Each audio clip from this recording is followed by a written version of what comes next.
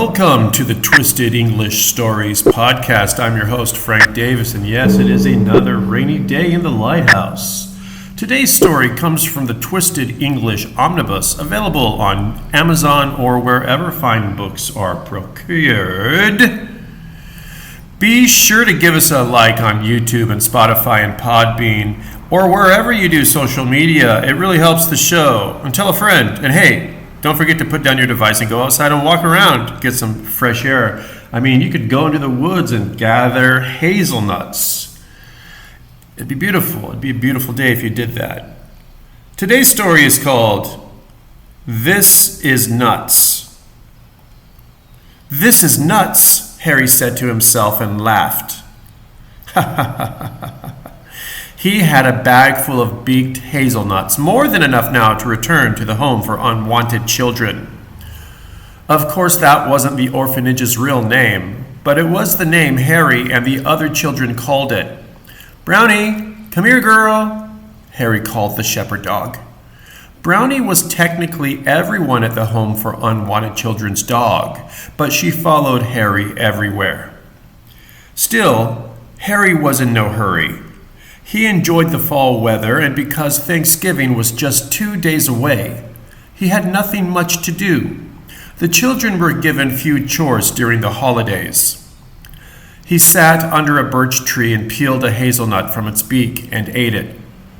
Harry relished the solitude of the woods and wondered what they would be like in winter, and he thought of the Robert Frost poem they had recently read.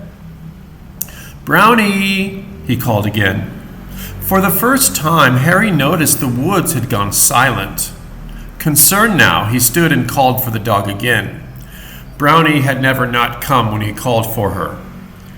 He started in the direction of the home for unwanted children, but after only a few steps turned and moved deeper into the forest towards where he thought he had last seen Brownie.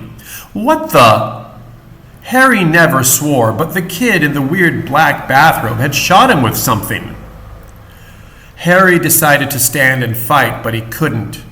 He was no stranger to fighting, but he soon discovered he couldn't fight if he couldn't stand. The kid, it had to be a kid because it was so short, aimed the gun at him again and said something in a foreign language. Maybe he's speaking Mexican, Harry's mind reeled. It had to be a Mexican kid wearing a black hooded bathrobe who stole his daddy's gun. Harry's thoughts were swimming in mud now. The Mexican kid, or whoever it was, moved closer to Harry. It was wearing long, scaly gloves, Harry saw. Then he knew they weren't gloves, but skin as the creature clawed at his left arm.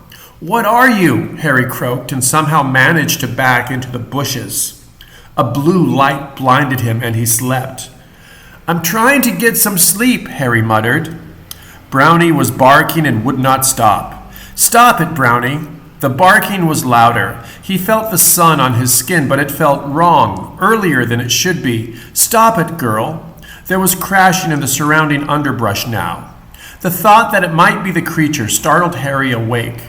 He lay on his side on the ground in the woods near the home for unwanted children. His left arm ached from where the creature had touched him.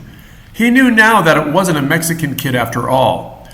Brownie seemed closer, her bark louder than ever. Suddenly, the small brown dog was licking Harry's face and wagging its tail. He's over here, someone called. Other voices answered, and Harry was soon surrounded by the search party.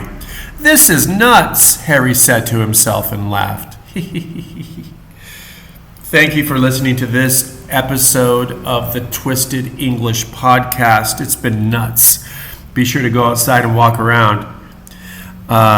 Give us a like on YouTube and Spotify and Podbean. Search for us on Instagram and Facebook. Give us a like. Tell your friends. And buy the book. It's on Amazon.